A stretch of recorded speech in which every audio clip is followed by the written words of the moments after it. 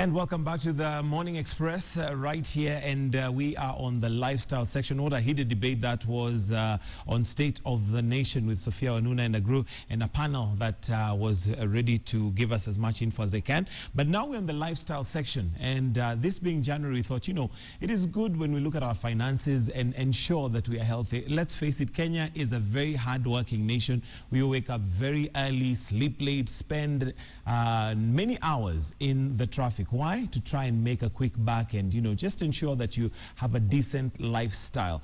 But sometimes this is a dream that is elusive. It's known as the Kenyan dream, where you drive a 4x4, you live in a 3-bedroomed house, you have 2 children, 1 wife. That's a Kenyan dream. But it's far-fetched sometimes when you look at our finances. And are you financially healthy? Are you one that can say that at the end of the month, I have at least enough money to plan for the next month? And that's why we have with me in the studio, Japheth Musau. Welcome into the studio. Thank you very much. Japheth Musau, who is a financial expert, a financial specialist. I was told today there's a difference between expert and specialist. I don't know if in finances there's a difference between specialist and expert. Yes, in every area of endeavor, you have a distinct difference between the two. So you're a specialist or an expert? I am an expert. An expert. Okay, so you've expertised in that.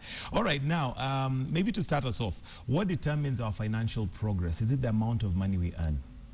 Really, when you look at it, it's not the amount that you earn that counts, but really how much you keep, and when you keep it, how you employ it into a system that generates more money for you. Okay.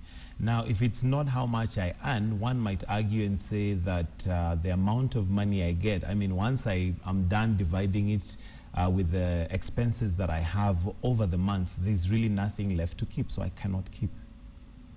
It all boils down to discipline. To be disciplined, to have a focus, and to have a plan where you want to be in X number of years. And this can happen at any income level. What one needs to do is employ a system where out of any amount of money that you earn, you have a ratio of apportioning that money. How much are you going to use for your day-to-day expenses? How much are you going to use for saving? How much are you going to put into investment? And you can split investment into active investment and passive investment. When you look at that formula, there is what is known as 70-10-10-10 formula.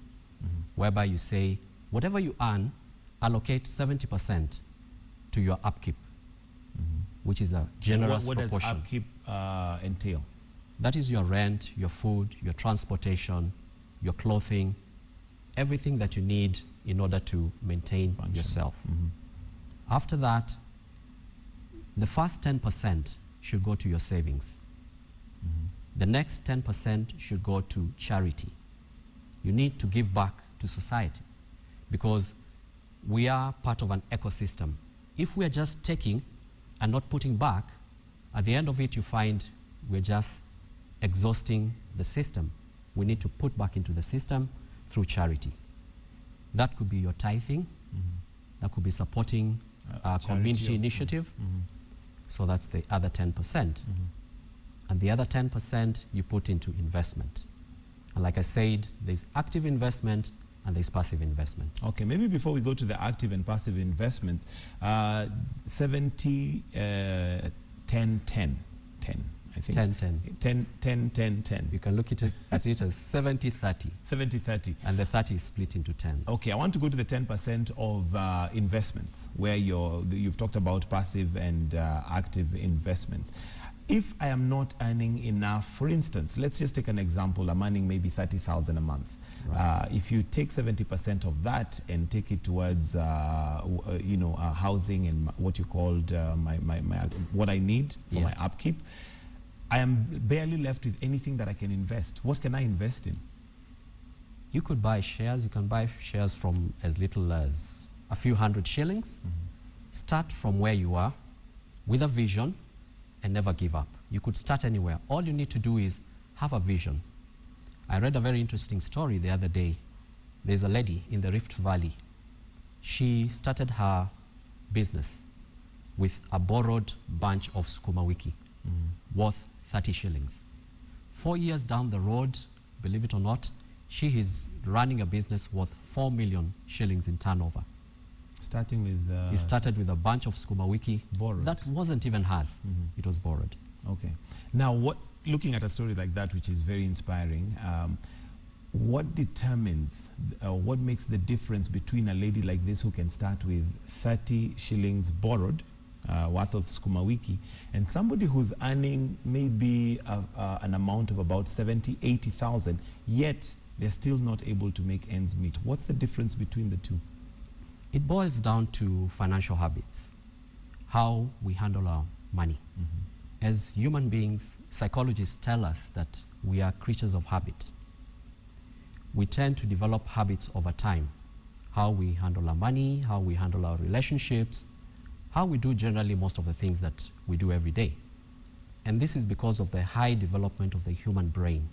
Has a little portion within it, we're told, that develops patterns and behaviors. Every time we do something repeatedly, that part of the brain takes it and develops an automatic mechanism within it. So when you get your money at the end of the month, it just triggers the same behavior, The habit. every month. Okay. So it boils down to those behaviors at whatever income level. So it depends on how one handles the money when it comes to them. And we have 3 money patterns.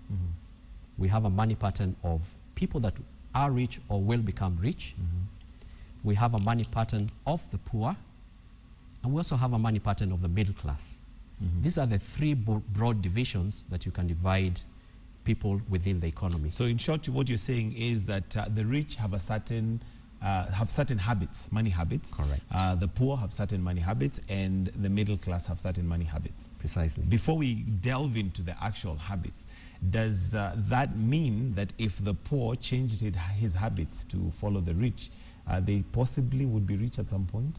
Absolutely, just like the story we talked about. That lady, she had nothing. She had to borrow that bunch of sukuma wiki. She was the poorest of the poor.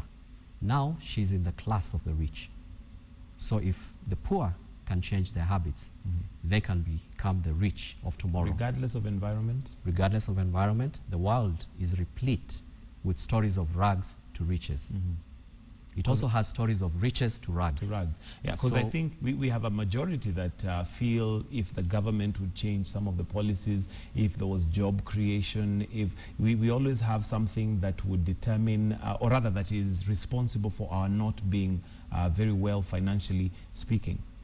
I would say, and with a lot of humility, it's a lack of responsibility on the part of whoever thinks the government should do this, the county government should do this, my MP, my MCA should do this. We need to take more responsibility. And when we do that, when we invest, whatever we do, whatever results that we get, we should accept them as our own doing, because we are responsible for whatever results we have in our lives. Somebody said, your results are a reflection of who you are. Wow. Okay, let's go into the habits. The good and the bad habits, I would imagine. Let's maybe focus first of all on the poor financial habits. As we look at the habits, we can categorize them into 3. How do the rich spend their money? What are their spending habits? It's a group of habits over there. What are their learning habits concerning the subject of money?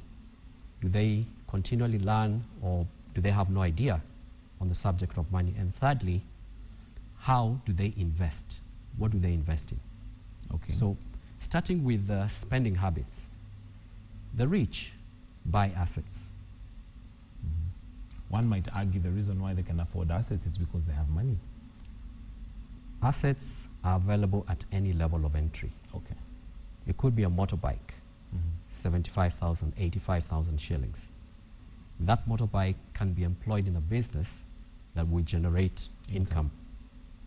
You also have assets of entire building costing billions and billions of shillings. So you could enter at any level of investment, build from there. You can buy shares, we said, from 100 of shillings, and build your portfolio over time. So really, it's not about... There's this notion of saying that you need money in order to make money. If that is not thought about carefully, it can become a discouraging statement to say that I don't have money, therefore I cannot make money. Right. It doesn't have to be your money. Again, I read another story of 2 medical interns. This was in the US, but again, is a model that you can take and apply in any area. Right. These 2 interns were working at a hospital.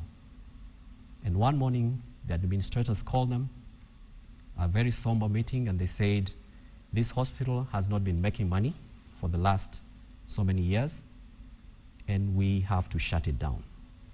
If we don't get a buyer in the next weeks, 2-3 weeks, we're going to shut it down. The interns went back, 2 of them talked to each other, and they said, let us try and rescue this hospital.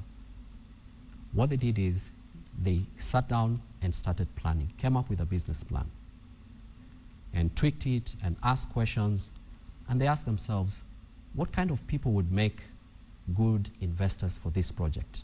They zeroed in on medical doctors. They have an interest in the hospital. They will come with their clients, so they packaged a plan, sold it to medical doctors. They have spare cash, they invested, they bought shares into the hospital. Long and short of it, by the end of it, they were able to collect enough money to rescue the hospital, pay the original owners what they wanted for it, and guess what? Without putting a dime into that project, they had a stake in it as shareholders. The money they raised, they were able to spare $2 million, which they shared between themselves, $1 million apiece. So it's about having a vision, making a plan, working on it, and being able to sell that plan. Okay, back to the habits. The rich buy assets. Now, when the rich buy assets, first let us define what is an asset. An asset is something that puts money in your pocket, whether that's that motorbike, whether that's a rental house, anything that generates income for you. So the rich have this obsession with buying assets, buying or creating assets. When they buy assets like the interns, it doesn't have to be your own money. You could put a plan which is sellable and do it with other people's money. So when they buy assets, it is a strategy of creating streams of income. That is the way to become rich, multiple streams of income. So you're not just depending on your salary, you're not just depending on one business, you're building capacity in different areas. Yes. Okay. And if we can look in contrast, the poor live hand from mouth. They do not buy assets at all. Then we have the middle class. The middle class struggles because they buy liabilities. Okay. Examples of liabilities. They buy things that take money out of their pocket. We need to understand, to be financially intelligent, what is the difference between an asset and a liability. Right. Sometimes we do need both. But the key thing is to have a healthy balance between the two. Your assets should be generating more income than your liabilities are taking out of your pocket. The reason it is said that the rich get richer, the poor get poorer, and the middle class struggles is because the middle class buys liabilities and they don't buy assets. So you can see right there, the net equation is a net outflow of cash. Okay, give me examples of liabilities, because one may be sitting there and thinking, okay, maybe I'm middle class and everything I need, for example, a car. I needed to get to work on time.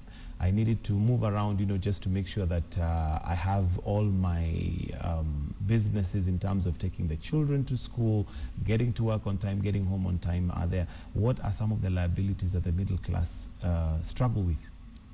This would be the typical car that is on a loan, the house that is on a mortgage, and I know that's a debatable one.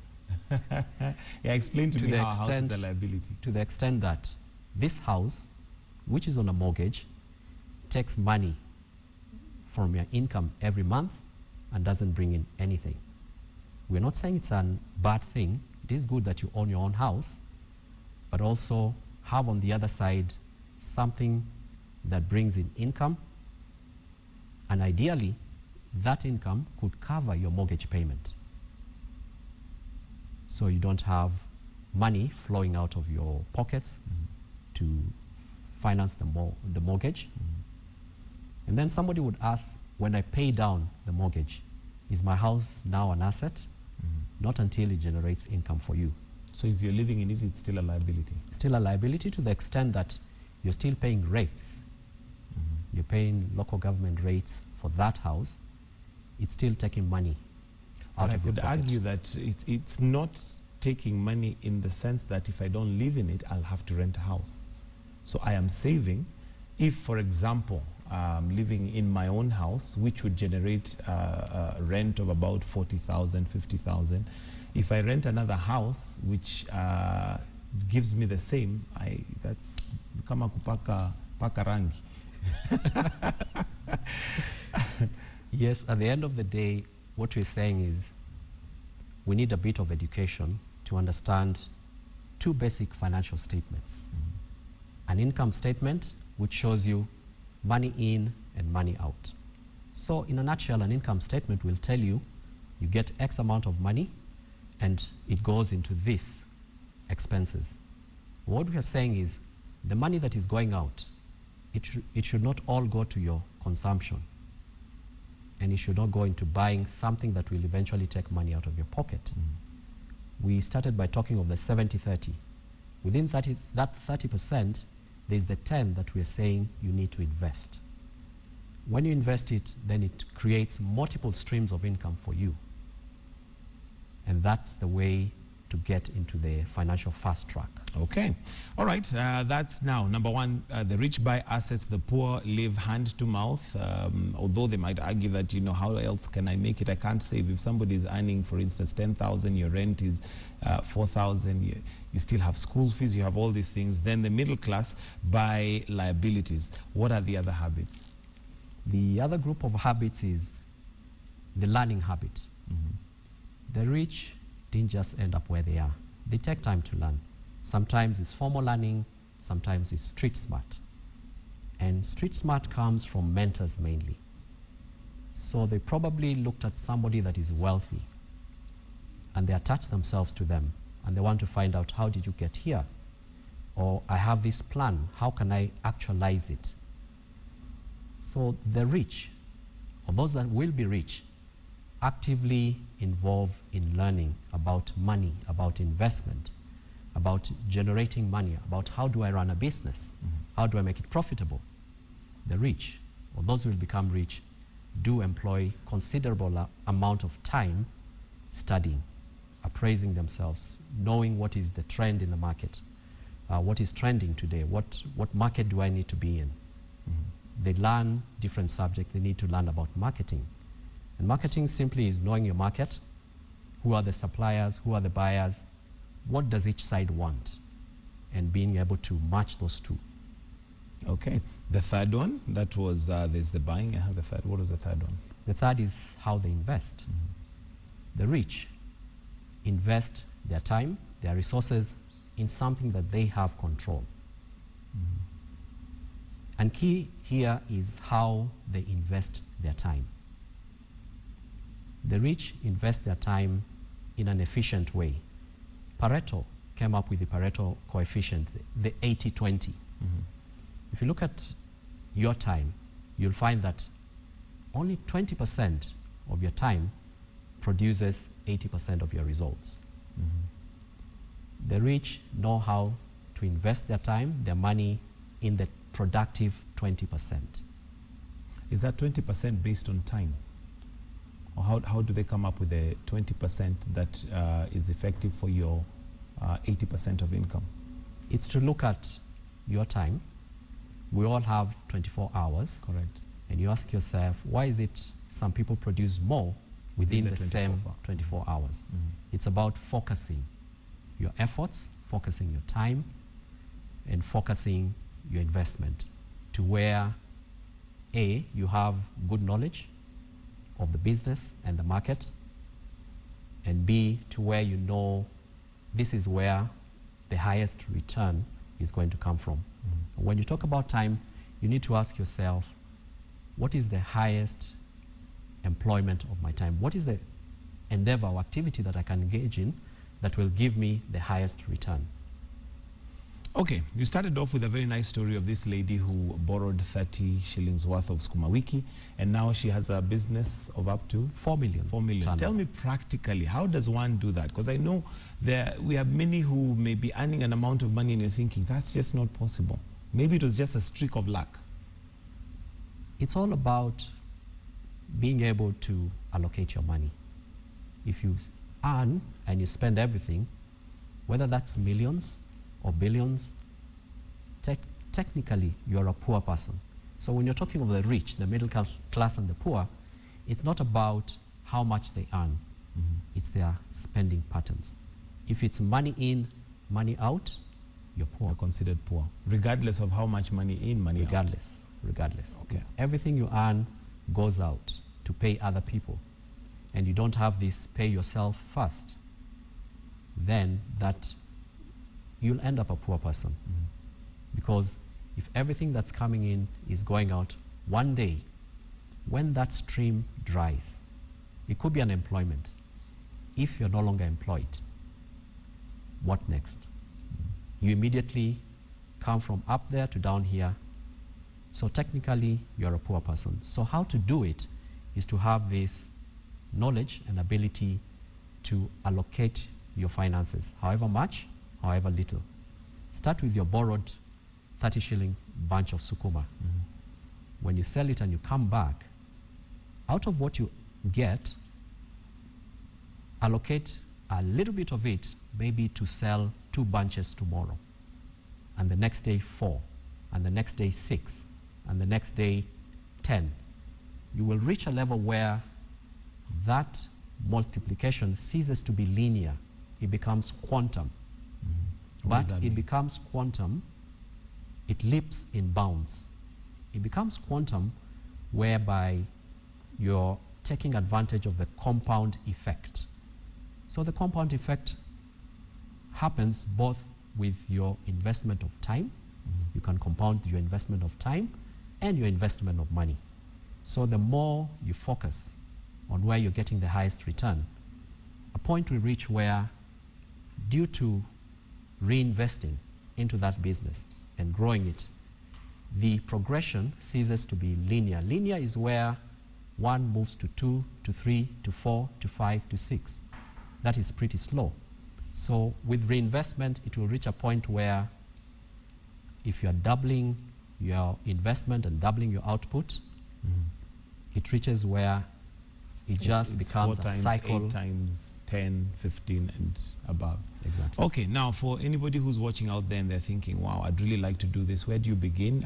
As we summarize, as we conclude, where does one begin? And is it the education? Is it the amount of money you have? What's the starting point? The starting to become point, a good investor, or to become somebody who's financially healthy? The starting point is a dream and a plan. And we have seen through several examples here, all you need is a big dream. Don't think about how you're going to finance it, because sometimes it doesn't have to be your money. All you need is a dream. The next thing is a plan.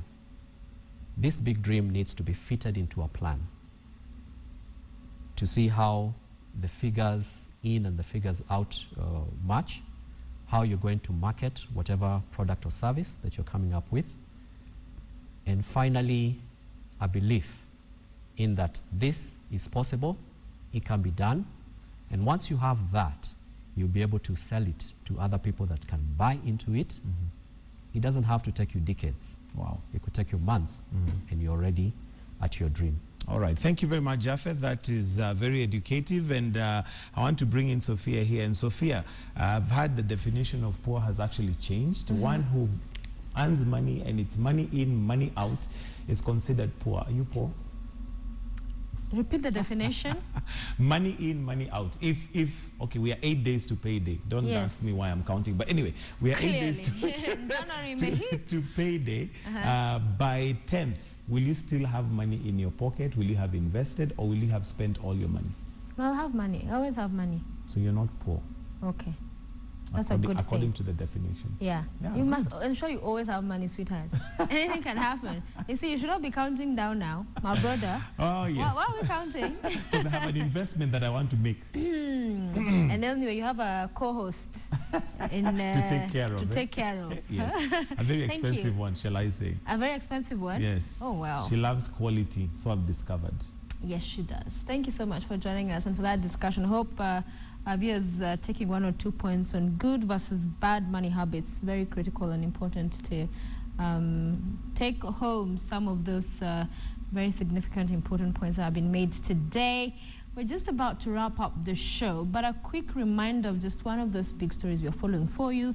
So the state has cancelled frequencies for top 3 TV stations. That's us, KTN, NTV, Citizen. And today, if you grab yourself a copy of the Standard, you'll be able to read a statement from the consortium. That's the 3 media houses. A statement there on page 14, just to also give you a better understanding. But let's have a look also at just some of what some of the stakeholders said. And the Media Owners Association has accused the Communication Authority of Kenya of being partisan and favoring the Pan-African Group and multi-choice GoTV in the digital migration wars.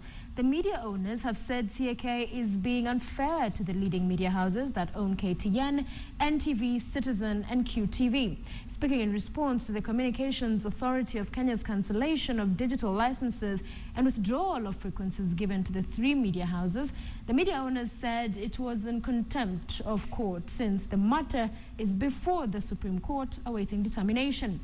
Now, the association has said it will challenge the actions before a court of law, including filing a petition before an international court on intellectual property in France. KTN, NTV, Citizen and QTV have already placed an order for the manufacture of free top-air set-top boxes with superior modern modifications to include internet and Wi-Fi connections, among other benefits. They have refuted claims that the advert, which was running on the 4 TV stations against StarTimes and GoTV, was misleading to the country.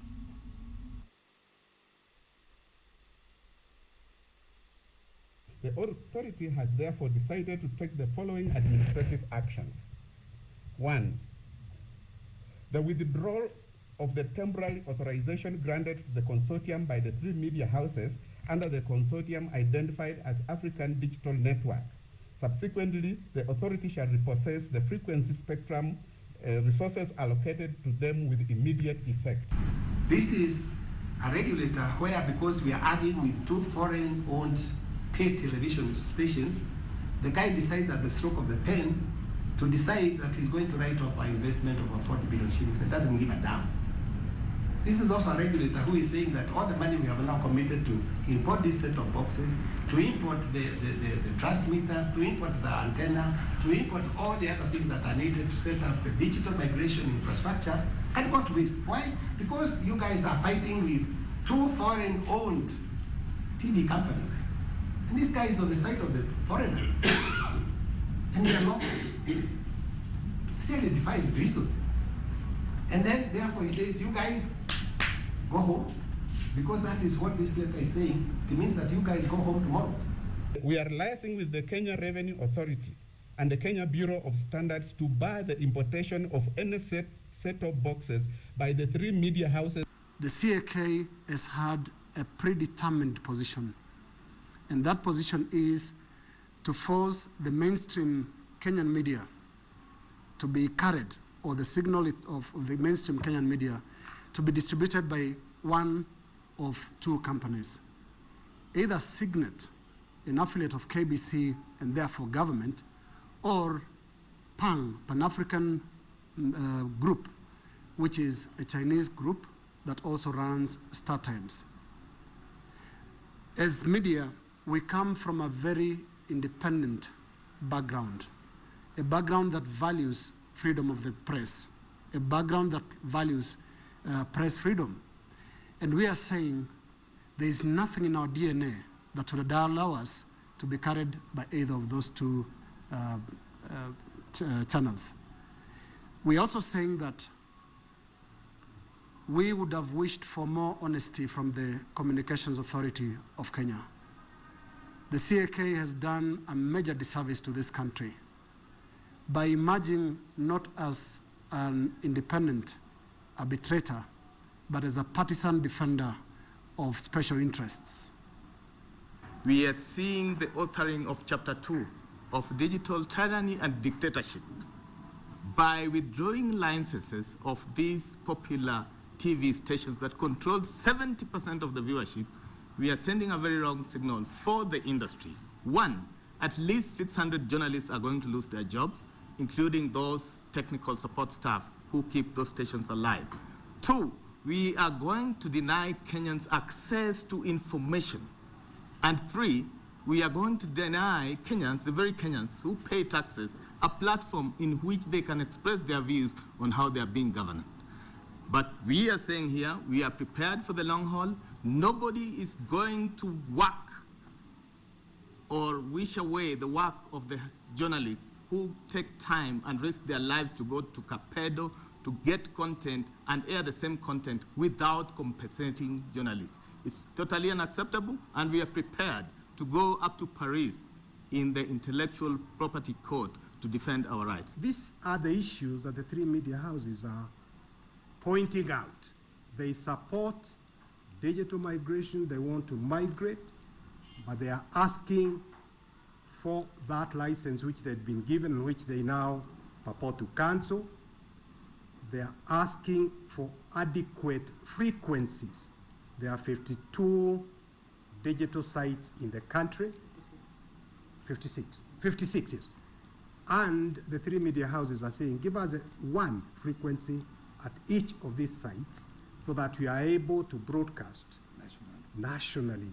Because you don't want to have a broadcasting house that is not reaching some of the counties in the 47 counties. And we are saying if we cannot get redress in this land called Kenya about protecting our intellectual property rights, which are recognized globally and for which Kenya is a signatory to those treaties, we'll go all the way to the Intellectual Property Rights Court to get our case heard. Because you cannot tell somebody that you produce this content, you spend a lot of money, you give this thing for free. So definitely an issue concerning the stakeholders in the media industry, the manner in which this issue has played out. It is continuing with the intrigues. Read about the statement from the consortium. It's in the Standard today, and all of the other dailies have talked about just the issues around this particular digital migration and the Communications Authority and this latest move, cancelling or rather withdrawing that license to KTN, NTV and Citizen. And we'll certainly keep you informed, and this is one that we're very passionate about because it touches us. And with ICC, it was don't be vague, let's go to Hague with the media was saying, tunaenda Paris, mkilete shida. Well, yes. Traffic, don't make yes, me laugh. This is a very serious question. It's a very serious topic, but this is my serious face. Now, getting out of Thika apparently has become a problem, and Thika Town, by the way, has become a menace. Once you get into Thika Town, there's a lot of traffic. And a quick reminder that His Excellency, the President, will be using Jogoo Road today. Oh, yeah. With the opening of the Outer Ring Road, not bypass, what's it called?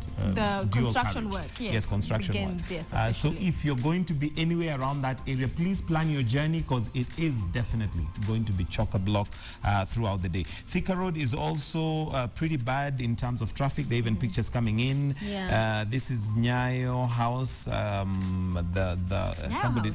House roundabout. That's Nyayo House right there. Yeah. That roundabout is also very, very busy. We still don't know why. We have traffic lights that we invested, was it what, about 400 million? 400 million. I remember we hosted the Deputy Governor of Nairobi County, and what he said was that apparently there's some software that did not come in to the country that usually allows the synchronization of all these lights, because usually it's meant to work with whatever side has more traffic, heavier flow, then it gets priority in terms of the lights giving them priority. But that is not the case. So we And have our based on- cops yes. stopping us, and yeah. And I guess ushering. our cops are also not very synchronized by the look of it. Well, I don't know if it's a cop, so we have, anyway, maybe we have too many cars or whatever, but hey, we'll be watching the Outer Ring story for years. The president is said to be there. It will have it's dual carriage, also have cycling path or Yes. whatever it's, yeah. And a There'll be fast that lane as track, well. not Yes, a path. fast track. A fast track. Yes, where public Footpath. vehicles, I don't know if it'll be matatus or there'll be designated buses, are supposed to use, because they have more people in, so that they encourage people to use buses rather than their private cars, because that'll get you there faster. Okay, excellent. So we'll watch that story for you and bring you up to speed alongside all the others that are developing. I understand CORD are supposed today, that's the Coalition for Reforms and Democracy, visit like Langata Primary School. Right. So if they do, we'll bring that for you. And any other stories you definitely want to say with KTN, because we've got you covered throughout the day. Well, this is where we wrap it up. And yesterday we were like a ball and bounce. Today will be like a tree and leave. I'll give you A one every tree? day. Yeah, and leave. Okay, A the tree whole doesn't point. leave. A tree just stands unless someone It's a says food. statement, Sophia. It doesn't have. It sounds good. A Tree ball and at least leave. leaves, bounces away. Anyway, thanks for watching. I'm Sophia Wanuna. Have a lovely day. I'm Michael Gitonga. Have yourselves a great day. God bless. We're going to be trees in studio.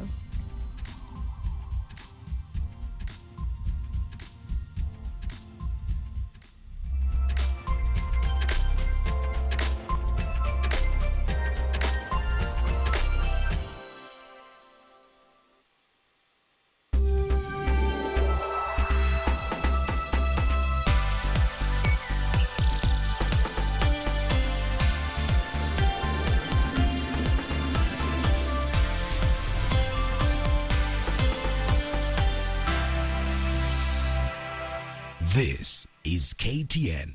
Welcome home.